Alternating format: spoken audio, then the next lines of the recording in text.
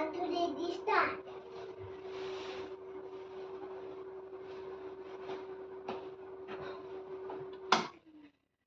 मैं डॉक्टर पार्थ और आज एक बार फिर से हम इस क्लास में जुड़ रहे हैं और आज का जो विषय है वो है मैसूर साम्राज्य। और आज मैसूर साम्राज्य का भाग 9 है। कौन सा भाग है ये? भाग 9 है। इससे पहले हम लोग 8 वीडियो मैसूर साम्राज्य पर देख चुके हैं। मैसूर साम्राज्य की पूरी बारीकियों को हम समझ चुके हैं। मैसूर साम्राज्य के उदय से लेकर के मैसूर साम्राज्य के पतन तक हम सब कुछ देख चुके हैं। टीपू सुल्तान के उत्थान से लेकर पतन तक और हैदर अली के उत्थान से लेकर पतन तक हम सब कुछ देख चुके हैं। वाडियार साम्राज्य के जन्म से लेकर के और बहमनी और विजयनगर साम्राज्य के पतन तक हम सब कुछ देख चुके हैं। इस मैसूर साम्राज्य में किस प्रकार मैसूर साम्राज्य की स्थापना होती है और किस प्रकार मैसूर साम्राज्य धराशायी हो जाता है। प्रथम आंग्ल मैसूर युद्ध की पूरी विवेचना हम जान चुके हैं। द्वितीय आंग्ल मैसूर युद्ध की पूरी विवेचना हम जान चुके हैं। तृतीय आंग्ल मैसूर युद्ध के बारे में हम पूरा जान चुके हैं और चतुर्थ आंग्ल मैसूर युद्ध में टीपू सुल्तान के लड़ने और मरने तक, यहाँ तक कि उनके अंतिम दिन के बारे में भी हम पूरा विस्तारित तरीके से हम जान चुके हैं। तो आज बस हम इस वीडियो में एक बार लेकर आए हैं पूरा संदर्भ, यानी कि किस प्रकार से जो इम्पोर्टेंट सन थे मैसूर साम्राज्य के, वो सारे सन हम एक वीडियो में मैसूर साम्राज्य के लेकर के आ गए हैं। और इससे एक बार पूरा मैसूर साम्राज्य का रिवीजन भी हो जाएगा और एक क्लास में मैसूर साम्राज्य सिमट भी जाएगा। तो चलिए बिना हम लोग शुरू करते हैं मैसूर साम्राज्य।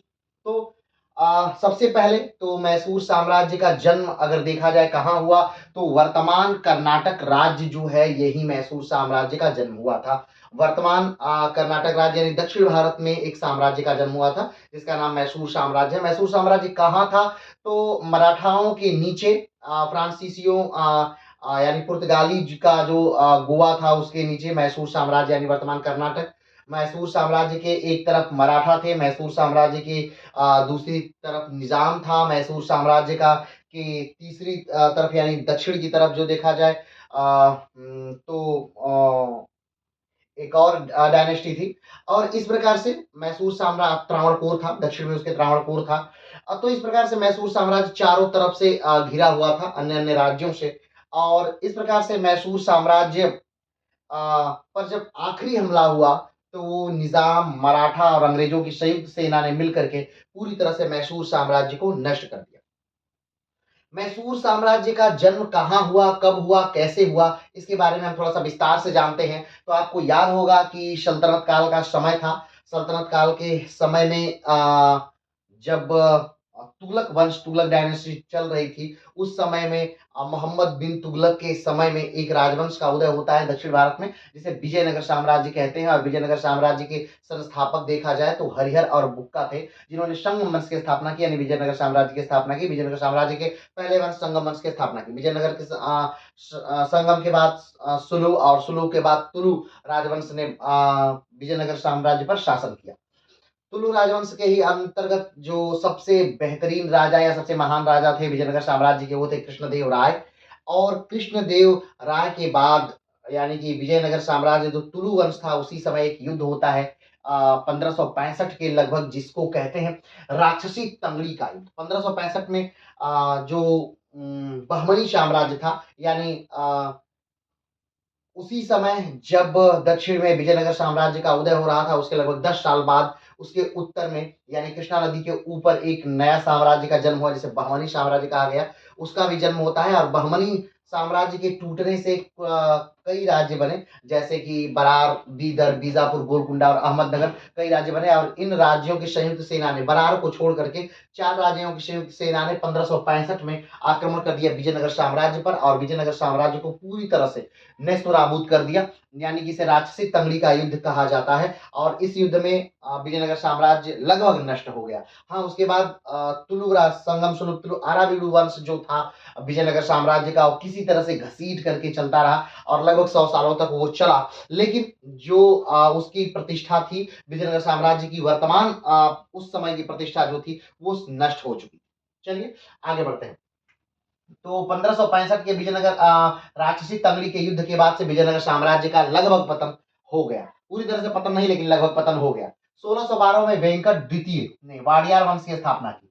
उसी विजयनगर साम्राज्य के अवशेषों पर 1612 में, ध्यान दीजिएगा कब, तो 1612 में वाडियार वंश की स्थापना हुई। किसने की? वेंकट द्वितीय ने वाडियार वंश की स्थापना की। कब की? तो 1612 में वेंकट द्वितीय ने। ध्यान दीजिएगा एक सारे कालक्रम जो हैं एक लाइन से चल रहे हैं, तो पूरा कालक्रम हम बहुत ही बेहतरीन ढंग से हम देख लेंगे। ठीक है, तो क्या होता है, सबसे पहले राक्षस विजयनगर साम्राज्य की स्थापना होती है। ठीक, विजयनगर साम्राज्य की स्थापना के बाद विजयनगर साम्राज्य का अंत होता है 1565 में राक्षसी तंगड़ी के युद्ध से। और इसमें युद्ध में जो 4 राजवंश थे, यानी उस समय के 4 राज्य थे, उन्होंने मिलकर आक्रमण किया था और ये बहमनी से राज्य से टूटे हुए ही भाग हैं, जैसे कि बीजापुर, गोलकुंडा, अहमदनगर, ठीक, और ये बरार, ये बीदर, सॉरी बीदर, बरार नहीं बीदर, ये 4 राज्यों ने मिलकर के आक्रमण किया था विजयनगर साम्राज्य पर और विजयनगर साम्राज्य को समाप्त कर दिया राक्षसी तंगड़ी के युद्ध में। विजयनगर साम्राज्य जब समाप्त हो गया तो उसी वंश के ध्वंसावशेषों पर एक नए वंश की नींव पड़ी और वो वंश था वाडियार वंश। और वाडियार वंश की नींव पड़ी 1612 में और वाडियार वंश की स्थापना की किसने? वेंकट द्वितीय। चलिए आगे बढ़ते हैं।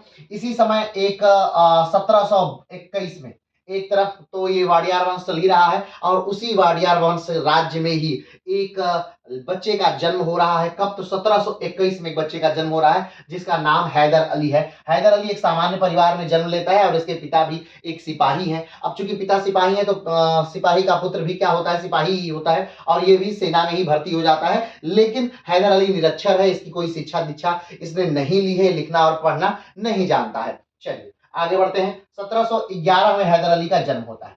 1732 में चिक्का कृष्णराज गद्दी पर बैठता है। चिक्का कृष्णराज 1732 में गद्दी पर बैठेंगे। चिक्का कृष्णराज कौन है? तो ये चिक्का कृष्णराज वही हैं जिनके समय में वाडियार वंश अपने पतन की तरफ उन्मुख हो रहा है। चलिए आगे बढ़ते हैं। 1750 में टीपू का जन्म होता है। अभी हैदर अली राजा नहीं ही बना है, उसी समय टीपू सुल्तान का जन्म हो रहा है। टीपू सुल्तान कौन है? तो हैदर अली का पुत्र है जो आने वाले समय में मुगलों के बाद पहला व्यक्ति ऐसा है जो कि बादशाह की उपाधि लेगा। उस मुगलों के बाद अगर किसी ने बादशाह की उपाधि ली तो वो टीपू सुल्तान ही था, जो मैसूर का शासक था, जो कि अपने आप को मैसूर का शेर भी कहा करता था। चलिए आगे बढ़ते हैं। 1755 में हैदर अली डिंडीगुल का फौजदार बना। अपने 20 साल के सैनिक कैरियर के बाद 20 साल तक लगातार एक सैनिक के तौर पर उसने वाडियार वंश में अपनी सेवाएं दी। किसने? तो हैदर अली ने। लेकिन हैदर अली एक योग्य सेनापति भी है, एक योग्य सैनिक भी है। एक सैनिक के तौर पर वो कार्य करता है 20 सालों तक और फिर वो निगाह में आता है वाडियार वंश के सेना नायकों द्वारा और उसको 1755 में डिंडीगुल का फौजदार बना दिया गया। ध्यान दीजिएगा ये डिंडीगुल जो है वर्तमान तमिलनाडु राज्य में है, तो तमिलनाडु राज्य के डिंडीगुल का फौजदार बना दिया गया। किसको? हैदर अली को। 20 साल की सेवा देने के बाद हैदर अली को डिंडीगुल का फौजदार बना दिया गया। कब? 1755 में। कब बना दिया गया? 1755 में डिंडीगुल का फौजदार बना दिया गया। आगे बात करते हैं। 1755 में हैदर अली ने डिंडीगुल में शस्त्रागार की स्थापना की। हैदर अली ने बिना समय गवाए डिंडीगुल में एक आधुनिक शस्त्रागार की स्थापना कर दी। किसकी सहायता से? तो फ्रांसीसियों की सहायता से आधुनिक शस्त्रागार की स्थापना कर दी, क्योंकि हैदर अली को यह पता था कि जिस हिसाब से इस समय अंग्रेजों से युद्ध हो रहा है, इस समय विदेशी कंपनियों का आगमन हो रहा है, यूरोपियों से युद्ध हो रहा है, तो ये यूरोपियों को हराने के लिए हमारे पुराने अस्त्र शस्त्र जो हैं वो अब काफी नहीं है। इसलिए इनकी हमें अगर इनसे युद्ध करना है तो इन्हीं की पद्धति पर हमें लड़ना होगा और हमें नए नए शस्त्रों को लाना होगा। तो इन्होंने क्या किया कि डिंडीगुल में आधुनिक शस्त्रागार की स्थापना कर दी। कब? 1755 में। 1755 में ही डिंडीगुल का ये क्या बनता है? फौजदार बनता है। 1755 में ही डिंडीगुल में इसने शस्त्रागार की स्थापना कर दी। किसने? हैदर अली ने। चलिए आगे बढ़ते हैं। 1759 हैदर अली ने मराठाओं को बेंगलुरु में हराया।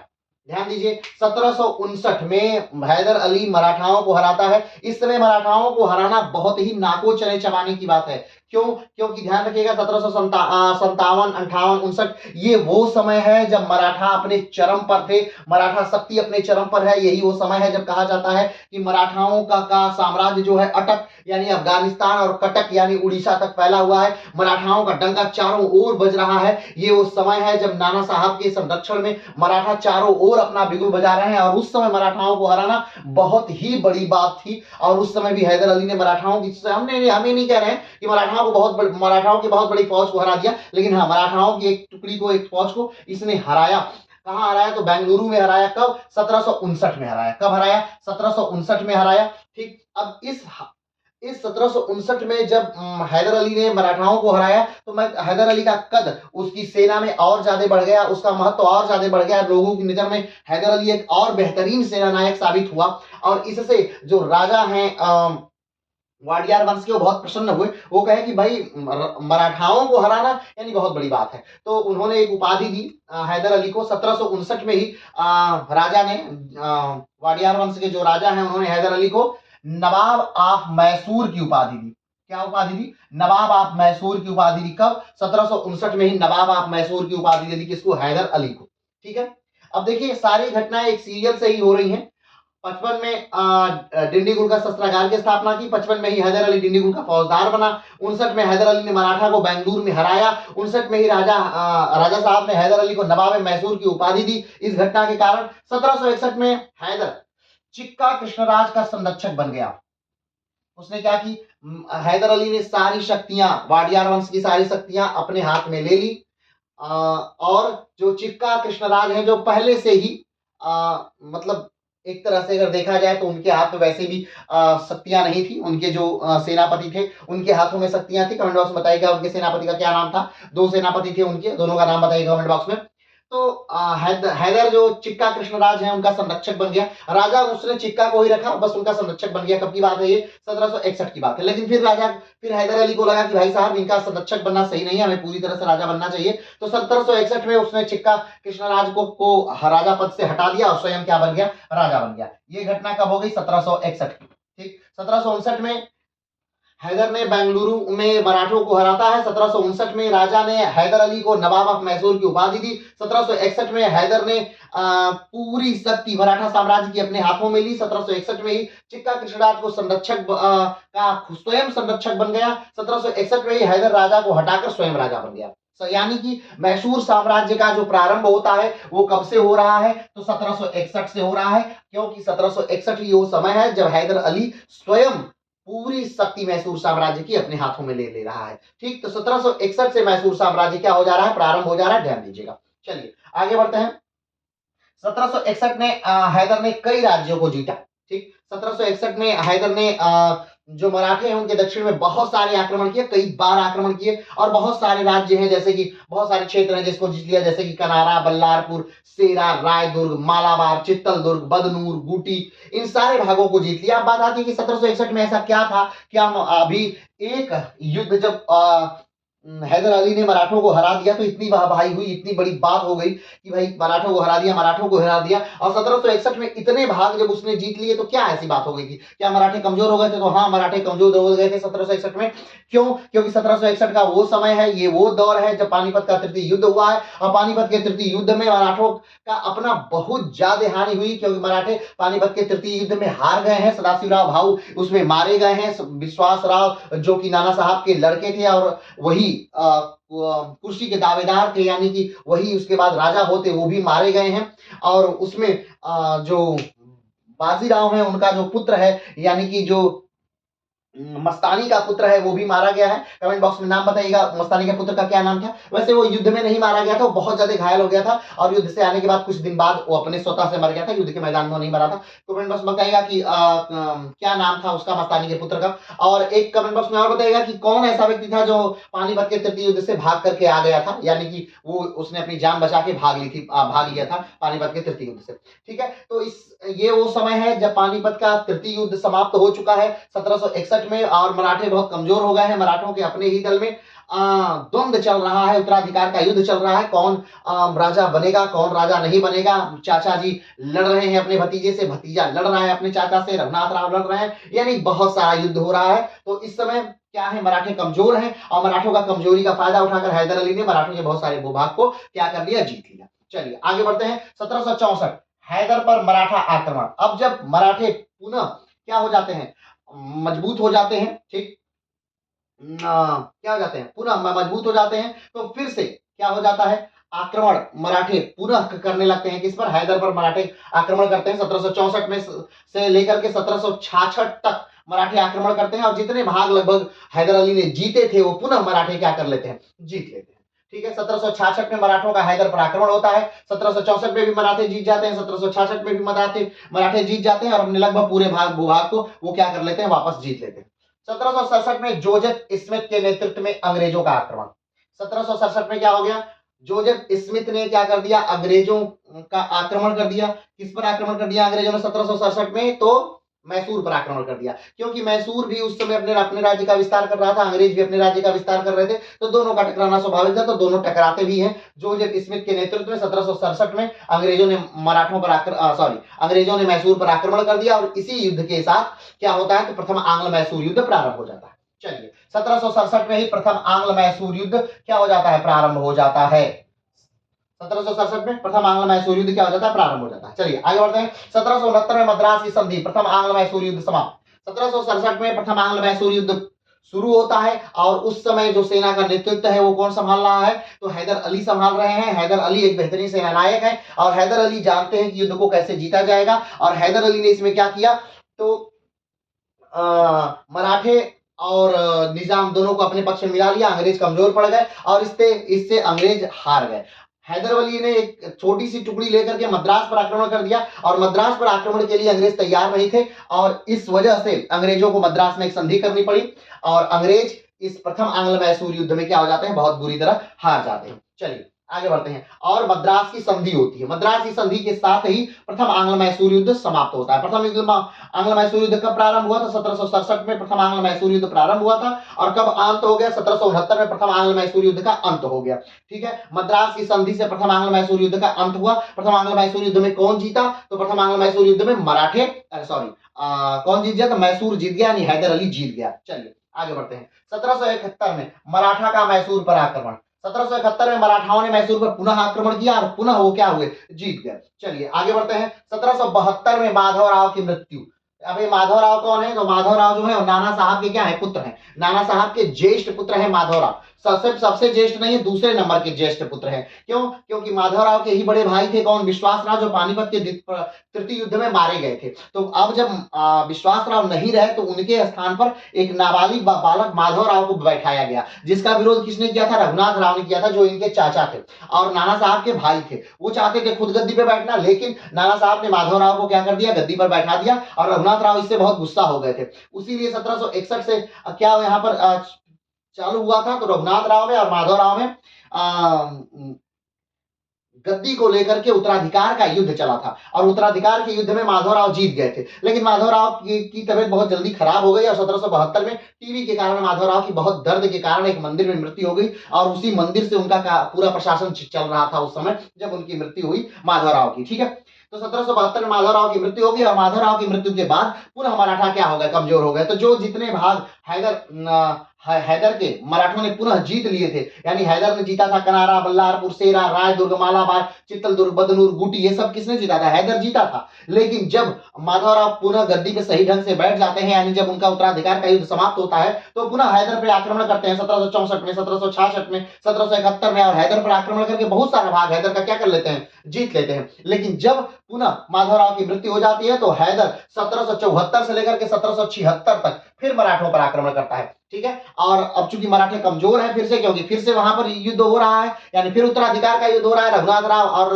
नारायण राव के बीच में। ठीक है, तो 1774 से 1776 के सारे भाग का क्या कर लेता है? फिर से हैदर जीत लेता है। जो भाग माधवराव ने जीत लिए थे, पहले हैदर ने मराठों के जीते क्योंकि मराठे उस समय कमजोर थे, फिर उसके बाद माधवराव ने हैदर के जीते और फिर से हैदर ने माधवराव के सारे भाग जीते, यानी मराठों सारे भाग जीत लिए थे। चलिए आगे बढ़ते हैं। 1780 हैदर ने त्रिकूट का निर्माण प्रारंभ किया। 1780 में हैदर ने त्रिकूट का निर्माण प्रारंभ किया। ध्यान रखिएगा, प्रथम आंग्ल मैसूर युद्ध क्या हो चुका है? समाप्त हो चुका है। कब? 1769 में मद्रास की संधि के साथ। ये द्वितीय आंग्ल मैसूर युद्ध का क्या है? प्रारंभ है। द्वितीय आंग्ल मैसूर युद्ध का प्रारंभ, तो प्रारंभ अब हैदर को पता है कि क्या हो रहा है, द्वितीय आंग्ल मैसूर युद्ध प्रारंभ होने वाला है, तो हैदर एक कार्य करता है कि त्रिकूट का निर्माण प्रारंभ करता है। 1780 में अंग्रेजों का माहे पर आक्रमण।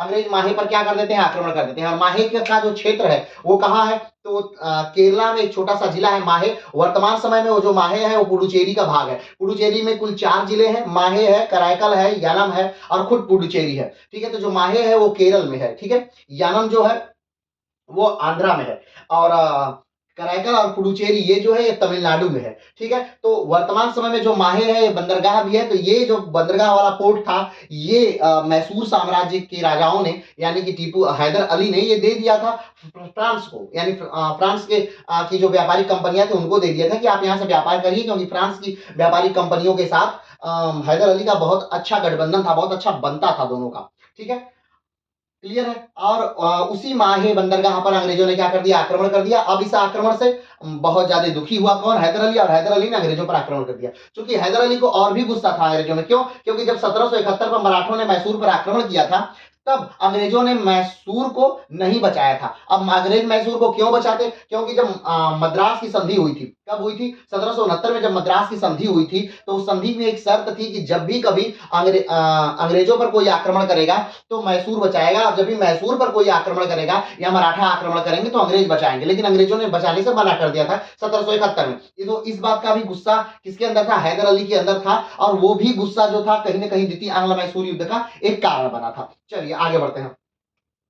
1780 में द्वितीय आंग्ल मैसूर युद्ध प्रारंभ हो जाता है। ठीक है, माहे पर अंग्रेजों के आक्रमण के साथ ही द्वितीय आंग्ल मैसूर युद्ध क्या हो गया, प्रारंभ हो गया। लेकिन द्वितीय आंग्ल मैसूर युद्ध में एक बड़ी विनाशकारी घटना हो जाती है। चलिए आगे बढ़ते हैं। 1780 में अरकाट पर हैदर का आक्रमण और कब्जा। अरकाट पर हैदर अली क्या कर लेता है, आक्रमण करता है, और 1780 में अरकाट पर क्या कर देता है, कब्जा भी कर लेता है। चलिए आगे बढ़ते हैं। 10 सितंबर 1780 में पोलीलूर का युद्ध होता है। पोलीलूर का युद्ध होता है। पोलीलूर का युद्ध बहुत बेहतरीन और बहुत महत्वपूर्ण युद्ध है, खासतौर पे अंग्रेजी सेना के लिए ये एक बदनुमा दाग है पोलीलूर का युद्ध। पोलीलूर का युद्ध पिछले वीडियो में हमने विस्तार से बताया है, तो उसे सर्च करके आप देख लीजिएगा। पोलीलूर का युद्ध होता है कब, 10 सितंबर 1780 में पोलीलूर का युद्ध होता है। 1781 आयरकूट में हैदर पर आक्रमण किया। 1781 में क्या होता है, आयरकूट ने हैदर पर आक्रमण किया। आयरकूट जो है ये कर्नाटिक वार के एक हीरो है, क्या है, एक हीरो है, इसलिए इनको आक्रमण के लिए भेजा गया है। चलिए आगे बढ़ते हैं। 1 जुलाई 1781 पोटानोवा का युद्ध। ठीक है, 1 जुलाई 1781 को पोटानोवा का युद्ध होता है। 27 सितंबर 1781 को सोलिंगूर की लड़ाई होती है। ठीक है, अभी लगातार लड़ाई है, डेट के बाद से लड़ाइयां हैं, इनको ध्यान से देखना है और उन्हें पढ़ लेना है। आगे बढ़ते हैं। 7 दिसंबर 1782 हैदर की मृत्यु हो जाती है। ये मैसूर साम्राज्य के लिए एक बहुत बुरी घटना हो जाती है। क्यों, क्योंकि द्वितीय आंग्ल मैसूर युद्ध जब चल रहा है, 1780 से द्वितीय आंग्ल मैसूर युद्ध चल रहा है, 2 साल का द्वितीय आंग्ल मैसूर युद्ध समाप्त हो चुका है। उसी समय 1782 में हैदर अली की क्या हो जाती है, मृत्यु हो जाती है, और सेना की जो कमान है वो कौन संभाल लेता है, हैदर अली का जो पुत्र है टीपू सुल्तान, वो सेना की कमान संभाल लेता है। चलिए आगे बढ़ते हैं। 1783 टीपू का बदनौर पर कब्जा हो जाता है। 1783 में टीपू का क्या हो जाता है, बदनौर पर कब्जा होता है। 1783 में ही में पेरिस की संधि हो जाती है। ध्यान रखिएगा, एक लंबे युद्ध के बाद, फ्रांसीसियों और अंग्रेजों के एक लंबे युद्ध के बाद 1783 में पेरिस की संधि हो गई। 1783, ठीक है, ये वही समय है जब अमेरिकन क्रांति हो रही थी। ध्यान दीजिएगा, यहाँ 1775 से 1783 तक अमेरिकन क्रांति चली थी, और ये आप देखिए 1783 में पेरिस की संधि हो गई। अमेरिका की मदद कर रहा था उस समय कौन, अमेरिकी क्रांति में अमेरिका की मदद कर रहा था कौन, फ्रांस। अमेरिका की बहुत तेजी से मदद कर रहा है, और इतनी मदद करता है, इतनी मदद करता है, इतनी मदद करता है कि फ्रांस खुद कंगाल हो जाता है, फ्रांस में खुद विद्रोह प्रारंभ हो जाता है, और फ्रांस में खुद क्रांति हो जाती है। ठीक, फ्रांस के जो राजा हैं लुई 16वें, उनका वध कर दिया जाता है, उनका कत्ल कर दिया जाता है। ठीक, गुलोटीन से, मतलब एक बड़ा सा ब्लेड होता है, उसमें गर्दन रख के उससे गिरा करके फ्रांस के राजा लुई 16वां को कत्ल कर दिया जाता है, मार दिया जाता है। ध्यान दीजिएगा, तो ये वो समय है, पेरिस की संधि होती है। पेरिस की संधि है वो कोई टीपू सुल्तान की संधि नहीं है। पेरिस की जो संधि है वो फ्रांसीसियों और अंग्रेजों के बीच संधि होती है। ठीक है, लेकिन पेरिस की संधि का यहाँ उल्लेख करने का ये मतलब है कि जब पेरिस की संधि हो जाती है तो उसके बाद से फ्रांसीसी अंग्रेजों पर दबाव डालने लगते हैं कि आप भी द्वितीय आंग्ल मैसूर युद्ध समाप्त करिए और मैसूर के साथ आप भी संधि कर लीजिए। ठीक, तो पेरिस के संधि के कुछ ही समय बाद मैसूर की भी संधि हो जाती है। तो 11 मार्च 1784 मैंगलोर की संधि होती है। कौन समाप्त संधि होती है? 11 मार्च 1784 मंगलौर की संधि होती है और मंगलौर की संधि के साथ 1784 में आंग्ल मैसूर द्वितीय आंग्ल मैसूर युद्ध समाप्त हो जाता है। मंगलौर की संधि के बाद 1784 में द्वितीय आंग्ल मैसूर युद्ध समाप्त हो जाता है। क्यों? और इसका मुख्य कारण क्या था? पेरिस की संधि। क्योंकि पेरिस की संधि के बाद फ्रांस क्या करता है? ब्रिटेन पे दबाव डालता है कि मैसूर के साथ आप भी क्या कर लीजिए, संधि स्थापित कर लीजिए। तो ध्यान दीजिए, फ्रांस अंग्रेजों से मात्र यहीं पर नहीं लड़ रहा है, भारत में ही नहीं लड़ रहा है, बल्कि जहां जहां पर कॉलोनियां हैं फ्रांस और अंग्रेजों की, वहां वहां पर लड़ाइयां हो रही हैं। चाहे वो अमेरिका हो, अमेरिका के अंदर भी लड़ाई हो रही है बड़े स्तर पर, और चाहे वो अफ्रीका हो, अफ्रीका में भी लड़ाई हो रही है बड़े स्तर पर, चाहे वो इधर पूर्व एशिया के देश हो, यहाँ पर भी लड़ाइयां ये जारी हैं। चलिए आगे बढ़ते हैं। 1784 में त्रावणकोर के साथ संधि।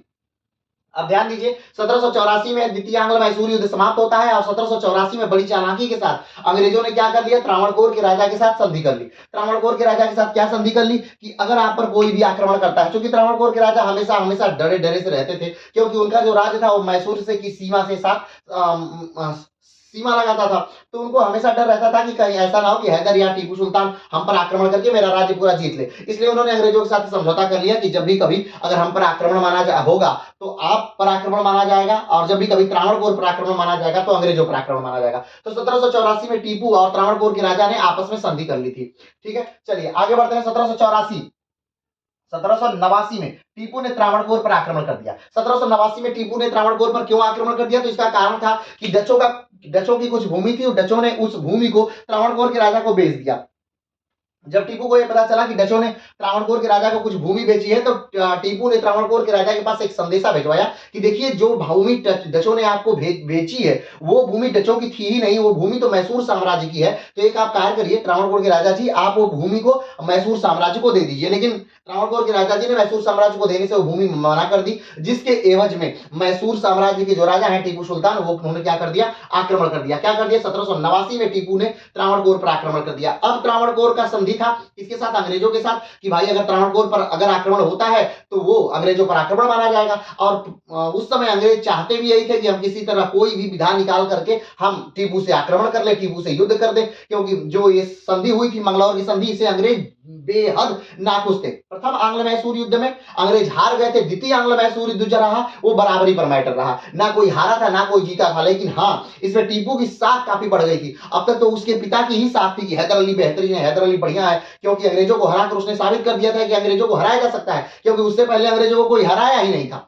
ठीक है, अब हम औरंगजेब और शाहजहां की बात नहीं कर रहे हैं कि उन्होंने हराया था, हम उसके बाद के शासकों की बात कर रहे हैं कि अभी यहाँ बंगाल कब्जे में हो रहा था, धीरे धीरे आगे के भूभाग कब्जे में हो रहे थे, तो कहीं कोई अंग्रेजों को नहीं हराया था। लेकिन यहाँ पर हैदर अली ने अंग्रेजों को हराकर साबित कर दिया कि अंग्रेजों को हराया जा सकता है। ठीक है, चलिए आगे बढ़ते हैं। तो टीपू पर ही डायरेक्ट अंग्रेजों ने हमला कर दिया। कब? 1789 में।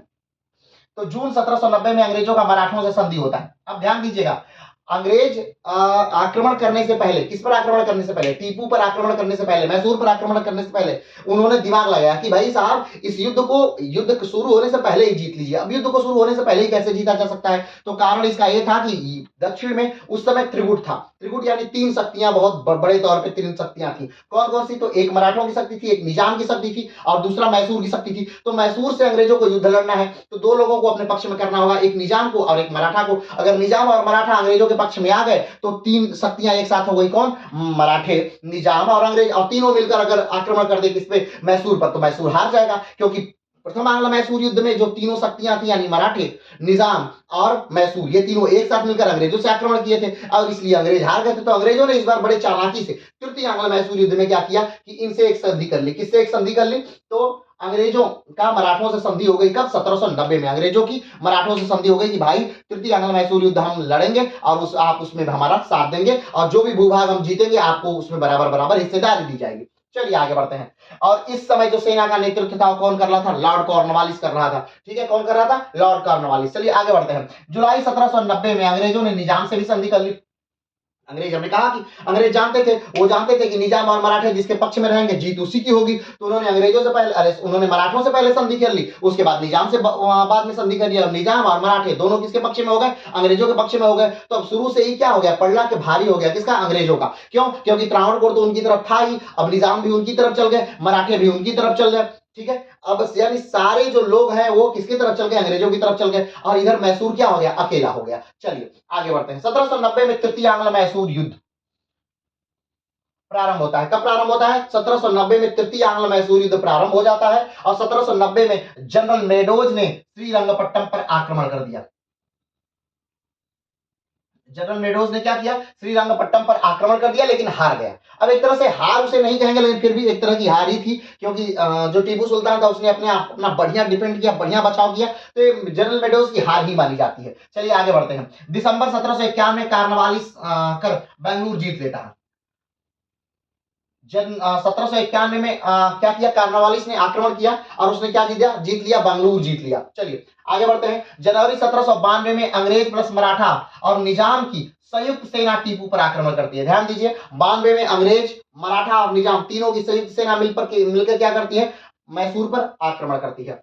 18 मार्च 1792 में श्रीरंगपट्टम की संधि होती है। 18 मार्च 1792 में श्रीरंगपट्टम। आप ध्यान दीजिए, तीन तरफ से सेना आ रही है, यानी सब लोग मिलकर के एक साथ मैसूर पर आक्रमण कर रहे हैं, तो मैसूर के पास कोई चारा ही नहीं था, तो उन्होंने मैसूर ने क्या कर ली, संधि कर ली। कहां संधि हुई, श्रीरंगपट्टम की संधि हुई 1792। 18 मार्च 1792 में श्रीरंगपट्टम की संधि हुई, और श्रीरंगपट्टम की संधि के साथ तृतीय आंग्ल मैसूर युद्ध क्या हो जाता है, समाप्त हो जाता है। ठीक, तृतीय आंग्ल मैसूर युद्ध समाप्त हो गया। तृतीय आंग्ल मैसूर युद्ध जो समाप्त होगा, किसके किसके बीच ये संधि होती है श्रीरंगपट्टम की, तो टीपू सुल्तान और कॉर्नवालिस के, लॉर्ड कॉर्नवालिस के बीच होती है। ठीक है, टीपू को अपने आधा भूभाग क्या करना पड़ा, देना पड़ा, किसको, कॉर्नवालिस को। टीपू इस हार में, तृतीय आंग्ल मैसूर युद्ध जो होता है इसमें टीपू सुल्तान बहुत बुरी तरह हारता है। फिर से एक बार ध्यान रखिएगा, प्रथम आंग्ल मैसूर युद्ध में कौन जीता, तो हैदर अली जीता, यानी मैसूर साम्राज्य जीता। द्वितीय आंग्ल मैसूर युद्ध में कौन जीता, तो द्वितीय आंग्ल मैसूर युद्ध कोई नहीं जीता, बराबरी पे मैटर रहा, न अंग्रेज जीते न मैसूर जीता। लेकिन तृतीय आंग्ल मैसूर युद्ध कौन जीता, तो तृतीय आंग्ल मैसूर युद्ध में अंग्रेज जीते और बहुत बुरी तरह हार गए, कौन, मैसूर। तो मैसूर को अपना आधा भाग देना पड़ा और 3 करोड़ की धनराशि देनी पड़ी, लेकिन 3 करोड़ की धनराशि नहीं थी, इसलिए उनके 4 पुत्रों में से, हैदर अली के 4 पुत्रों में से 2 पुत्रों को अंग्रेज लेकर चले गए, एक जमानत के तौर पे कि जब आप हमें पैसा देंगे तब आपके पुत्रों को लौटा दिया जाएगा। चलिए आगे बढ़ते हैं। तो टीपू सुल्तान ने अपने कौन कौन से भाग अंग्रेजों को दिया, ध्यान रखिएगा, बारामहल, मालाबार, कुर्ग, डिंडीगुल अंग्रेजों के पास चला गया। अब ध्यान दीजिएगा, ये वो लड़ाई है, तृतीय आंग्ल मैसूर युद्ध वो लड़ाई है जिसमें कॉर्नवालिस ने एक बात कही थी, उसका कथन बड़ा फेमस है। कॉर्नवालिस ने कहा था कि हमने अपने मित्रों को बिना मजबूत बनाए अपने शत्रु को बुरी तरह, अपने शत्रु को समाप्त कर दिया। ठीक, क्योंकि मैसूर लगभग एक समाप्त ही हो गया, क्योंकि उससे आधा उसका राज्य ले लिया गया, आधा भूभाग उसका ले लिया गया, 3 करोड़ रुपए ले लिए गए, उसे बहुत ही कमजोर कर दिया गया। अब चाहे जब उस पर आक्रमण करके उसे नेस्तनाबूद किया जा सकता था। चलिए आगे बढ़ते हैं। 1799 चतुर्थ आंग्ल मैसूर युद्ध। अब बात आती है कि चतुर्थ आंग्ल मैसूर युद्ध आखिर क्यों प्रारंभ हुआ, तो चतुर्थ आंग्ल मैसूर युद्ध प्रारंभ होने का बस एक मुख्य कारण था कि इतनी निंदनीय संधि जो हुई थी, मंगलौर की संधि बहुत बुरी संधि थी, और टीपू सुल्तान कहीं न कहीं उस संधि का बदला लेना चाहता था, और उस बदला लेने के लिए टीपू ने विदेशियों से, विदेशी राजाओं से मदद की गुहार की, और कहीं न कहीं विदेशी राजा मदद के लिए तैयार भी हो गए थे। उसमें नेपोलियन बोनापार्ट मदद के लिए तैयार हो चुका था और उसने आक्रमण भी कर दिया था। अब वो अलग बात है कि वो कहीं और ही फंस कर रह गया, वो भारत तक पहुंच नहीं पाया। उसने रसिया से भी कई बार कहा, रसिया ने भी आक्रमण करने का प्रयास किया, लेकिन रसिया में उस समय तख्ता पलट हो गया, इसलिए रसिया भी भारत पर आक्रमण नहीं कर पाया। ठीक, चलिए आगे बढ़ते हैं। तो चतुर्थ आंग्ल मैसूर युद्ध प्रारंभ होता है कब, 1799 में। लेकिन ध्यान रखिएगा, 1799 में प्रारंभ होकर चतुर्थ आंग्ल मैसूर युद्ध जो होता है 1799 में ही समाप्त हो जाता है, क्योंकि 1799 में ही टीपू सुल्तान की हत्या कर दी जाती है, यानी मार दिया जाता है उसी चतुर्थ आंग्ल मैसूर युद्ध में, और चतुर्थ आंग्ल मैसूर युद्ध के साथ ही मैसूर साम्राज्य समाप्त हो जाता है। आगे बढ़ते हैं। 14 फरवरी 1799 अंग्रेजों का मैसूर पर आक्रमण। 14 फरवरी 1799 में अंग्रेजों ने मैसूर पर क्या कर दिया, आक्रमण कर दिया। अपने पूरी ताकत के साथ अंग्रेजों ने मैसूर पर क्या किया था, आक्रमण किया था। चतुर्थ आंग्ल मैसूर युद्ध, ध्यान रखिएगा, चतुर्थ आंग्ल मैसूर युद्ध का जो अंग्रेजों का नेतृत्व कर रहा है वो कौन कर रहा है, वो आर्थर वेलेस्ली कर रहा है। ये आर्थर वेलेस्ली कौन है, लॉर्ड वेलेस्ली के क्या है, छोटे भाई हैं आर्थर वेलेस्ली, और यही बाद में जाकर के वाटरलू के युद्ध में नेपोलियन बोनापार्ट को हराते हैं और पूरे विश्व में ख्याति पाते हैं, और यही आगे जाकर के ब्रिटेन के 2 बार क्या होंगे, प्रधानमंत्री भी चुने जाएंगे। चलिए आगे बढ़ते हैं। 14 फरवरी 1799 में अंग्रेजों को मैसूर पर आक्रमण किया। 5 मार्च 1799 स्टुअर्ट ने सेंदामीर में टीपू को हराया। सेंदामीर में टीपू क्या हो गए, स्टुअर्ट से 5 मार्च 1799 को हार गए। 17 मार्च 1799 मार्क वेली ने, हैरिस ने टीपू को हराया। चलिए आगे बढ़ते हैं। 22 मार्च 1799 मंबूर के पास कर्नल वेलेस्ली के नेतृत्व वाली 16,000 सेना मैसूर जा रही सेना में मिल गई, यानी बहुत सारी सेनाएं। जो सेना मैसूर जा रही थी 14 फरवरी 1799 को जो आक्रमण हुआ था, उसमें बहुत सारी अंग्रेजों की सेना अलग अलग लीडरों के साथ आकर के क्या हो गई, मिलती चली गई, क्योंकि अंग्रेजों ने इस बार ठान लिया था कि इस बार मैसूर साम्राज्य को समाप्त ही कर देना है। इस बार मैसूर साम्राज्य से कोई संधि वाली बात नहीं होने वाली थी। इस बार मैसूर साम्राज्य को पूरी तरह से नेस्तनाबूद करने की बात हो चुकी थी। चलिए आगे बढ़ते हैं। 3 मार्च 1799 रंगपट्टन के प्राचीर में छेद होता है, यानी कि जो किला है, किला के कुछ जो पहरेदार हैं वो गद्दारी करते हैं और वो अंग्रेजों से मिल जाते हैं। किले में छेद हो जाता है और किले जब छेद हो रहा है उसी समय वो सफेद झंडा दिखा देते हैं अंग्रेजों को और कुछ अंग्रेज अंदर आ जाते हैं और फिर ये गद्दारी वाला कार्यक्रम चलता है पूरा और वही लगभग अंत होता है मैसूर साम्राज्य। चलिए आगे बढ़ते हैं। 4 मार्च 1799 में टीपू की मृत्यु हो जाती है। टीपू सुल्तान अपने सैनिकों का उत्साह बढ़ाने के लिए सैनिकों के साथ युद्ध के मैदान में लड़ रहे हैं। एक गोली उनके सीने में लगी है, वो घोड़े पर से गिर चुके हैं। एक गोली उनके माथे में घुस करके उनके गाल में धंस गई है और बहुत शरीर पर घाव लगे हुए हैं। वो लड़ रहे हैं लेकिन फिर भी, और फाइनली उन्हें मार दिया जा चुका है और उनकी लाश अंग्रेज बार बार खोज रहे हैं कि आखिर में टीपू सुल्तान है कहां। फाइनली उन्हें आकर के देखा जाता है कि एक नॉर्मल आदमी की तरह, एक सैनिक की तरह वो लड़ रहे थे और उसके बाद वो मारे जा चुके हैं। उनकी बॉडी इतनी गर्म है कि लोगों को लग रहा है कि वो अभी जिंदा है और उनके मरने के बाद उन पूरी तरह से मैसूर साम्राज्य को लूटा जाता है। और जब उनका अगले दिन शाम में जब उनकी अर्थी निकलती है या उनका जब जनाजा निकलता है तो पूरा मैसूर साम्राज्य लौट करके दो पक्तियों के किनारे दोनों रोडों की तरफ लौट करके रो रहा है। और मैसूर और उसी दिन आंधी आती है बहुत तेज, ऐसा जैसे प्रकृति रो रही हो, प्रकृति भी शोक मना रही हो। आंधी आती है, उसमें 2 अंग्रेजों के मारे जाने की भी का भी उल्लेख होता है। चलिए आगे बढ़ते हैं। 4 मई 1799 में टीपू सुल्तान की मृत्यु हो जाती है, यानी उन्हें मार दिया जाता है। 1798 में 1805 तक वेलेस्ली भारत में रहा। ये वेलेस्ली है, ध्यान रखिएगा। आर्थर वेलेस्ली के बड़े भाई हैं लॉर्ड वेलेस्ली, जो जिनका कि भारत में कार्यकाल 1798 से 1805 तक था। और इनका महत्वपूर्ण अगर योगदान देखें अंग्रेजों की तरफ से अगर महत्वपूर्ण योगदान या कंपनी की तरफ से महत्वपूर्ण योगदान, तो इनका महत्वपूर्ण योगदान है कि मराठों पर कंट्रोल पाना और दूसरा मैसूर साम्राज्य को पूरी तरह से नष्ट कर देना। आगे बढ़ते हैं। 1806 में बेल्लोर का विद्रोह होता है। पहला सैनिक विद्रोह अगर भारत का देखा जाए कंपनी शासन के समय में तो बेल्लोर का विद्रोह था और इसके पीछे जो कारण माना जाता है तो इन्हीं मैसूर साम्राज्य के जो बेटे हैं यानी टीपू सुल्तान के जो लड़के हैं उन्हीं लोगों का हाथ माना जाता है और उन लोगों को बाद में निष्कासित करके पश्चिम बंगाल में भेज दिया जाता है। चलिए ये पूरी बात थी मैसूर साम्राज्य की कि उस समय क्या क्या हो रहा था, कैसे कैसे हुआ, कब कब कौन सी लड़ाइयां हुई और किस प्रकार से मैसूर साम्राज्य जो था वो हारा, किस प्रकार से अपने उत्थान पे चढ़ा, किस प्रकार से मैसूर साम्राज्य का अंत हुआ। लेकिन इस समय जब मैसूर साम्राज्य चल रहा है उसी समय वैश्विक परिवेश में क्या हो रहा है, परिदृश्य में क्या हो रहा है, तो उसको भी थोड़ा सा जान लेते हैं। तो 1793 में फ्रांस के राजा लुई 16वां को मार दिया गया। ध्यान दीजिएगा, जब अमेरिका गुलाम है, किसका गुलाम है, तो ब्रिटेनियर का अमेरिका गुलाम है। एक तरह से देखा जाए तो जो अमेरिका में लोग जो विरोध कर रहे हैं, ब्रिटेन का जो विरोध कर रहे हैं वो भी कहीं ना कहीं ब्रिटेन के ही निवासी हैं। ठीक है, ध्यान दीजिएगा, वो भी कहीं ना कहीं कहाँ के निवासी है, ब्रिटेन के ही निवासी हैं। और हाँ, ये बात अलग है कि उनकी कई पुश्तें अमेरिका में रह चुकी हैं तो अब वो ब्रिटेन को छोड़ना चाह रहे हैं। आज भी वो देश यानी कि चाहे वो उत्तरी अमेरिका, चाहे वो अमेरिका हो, चाहे वो ऑस्ट्रेलिया हो, चाहे वो न्यूजीलैंड हो, ये सब जो है ब्रिटेन मूल के ही लोग हैं। अगर मूलतः देखा जाए तो ब्रिटेन मूल के ही लोग हैं। जो 5 आइज कंट्रियां हैं इसमें जो लोग हैं वो ब्रिटेन मूल के ही हैं। क्यों? क्योंकि जो अमेरिकी मूल के लोग थे यानी जो रेड इंडियन थे उन्हें लगभग मार दिया गया। ऑस्ट्रेलिया में जो लोग थे उन्हें काम करा के लगभग समाप्त कर दिया गया। तो वहां के मूल निवासियों को तो पूरी तरह से मार दिया गया। हाँ, लेकिन जो क्रांति हुई थी अमेरिका क्रांति, वो अमेरिका ब्रिटेन मूल के ही लोग, बहुत दिनों से ब्रिटेन के लोग जो अमेरिका में बस गए थे जाकर के वहां की जमीनों को हड़प करके वहां रहने लगे थे, उन्हीं लोगों ने ब्रिटेन के खिलाफ एक क्रांति की थी और उस क्रांति में वो जीत गए थे। ठीक है, तो उस समय जब भारत में अंग्रेज अपना दबदबा कायम कर रहे हैं उसी समय अंग्रेजों का दबदबा अमेरिका से क्या हो रहा है, हट रहा है। अमेरिका में क्रांति हो रही है। तो और अमेरिका में जो क्रांति हो रही है उस क्रांति का साथ कौन दे रहा है, तो फ्रांस दे रहा है। अब अमेरिका की क्रांति का फ्रांस साथ क्यों दे रहा है, अंग्रेजों को आखिर अमेरिका से फ्रांस क्यों निकालना चाहता है, तो इसलिए क्योंकि वहां पर अंग्रेजों की जो कॉलोनियां बनी हुई हैं, फ्रांस चाहता है कि उसपे से अंग्रेजों का दबदबा हटे और उस फ्रांस का उस पर कब्जा हो जाए। ठीक है, लेकिन ऐसा हो नहीं पाता है। कारण क्योंकि अमेरिका का साथ देते देते अंग्रेजों को निकालते निकालते फ्रांस इतना कमजोर हो गया कि 1793 में फ्रांस के राजा जो हैं लुई 16वां, उनको उनका वध कर दिया गया, उनका कत्ल कर दिया गया। चलिए आगे बढ़ते हैं।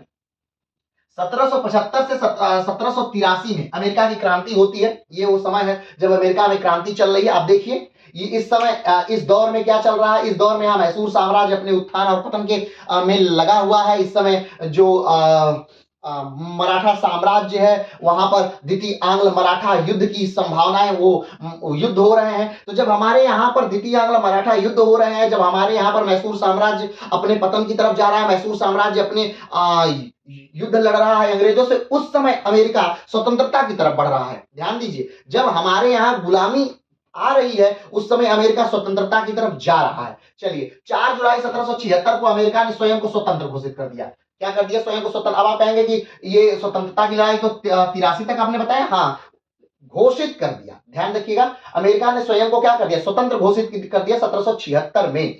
ठीक है, 4 जुलाई को उन्होंने अपना स्वतंत्रता दिवस भी मना लिया। चलिए आगे बढ़ते हैं। 1789 से लेकर 1797 तक, यानी कि टीपू सुल्तान की मृत्यु से पहले ही, अभी टीपू सुल्तान की मृत्यु नहीं हुई है, 1799 वाला समय नहीं आया है, चतुर्थ आंग्ल मराठा युद्ध चतुर्थ आंग्ल मैसूर युद्ध नहीं हुआ है, उसी समय अमेरिका के पहले राष्ट्रपति जॉर्ज वॉशिंगटन चुन दिए गए हैं। यानी 1789 में ही जॉर्ज वॉशिंगटन चुन दिए हैं। 1789 लेकर 1797 तक जॉर्ज वॉशिंगटन ने अपना पूरा कार्यकाल भी पूरा कर लिया है। यानी अमेरिका आजाद हो गया है और अमेरिका में प्रथम राष्ट्रपति ने भी अपना पूरा कार्यकाल भी पूरा कर लिया है। अब देखिए, तो सोचिए जब हम गुलाम होना शुरू हुए उस समय क्या हुआ? अमेरिका आजाद हो गया और तब से प्रगति कर रहा है, तो स्वाभाविक बात है वो आगे रहेगा ही। लेकिन अगर यही बात हम 1707 में करें, तब अगर हम 1707 में अपने भारतीय अर्थव्यवस्था को देखते हैं तो भारतीय अर्थव्यवस्था विश्व की सबसे बड़ी अर्थव्यवस्था है और भारत विश्व का सबसे अमीर देशों में से एक देश है। और यह यूं कहें कि भारत विश्व का सबसे अमीर देश है तो ये एकदम अतिशयोक्ति नहीं है। चलिए आगे बढ़ते हैं। अब देखिए उसी समय क्या हो रहा है, 18 जून 1815 में वाटरलू का युद्ध हो रहा है और इस युद्ध में नेपोलियन बोनापार्ट हार रहा है और उसे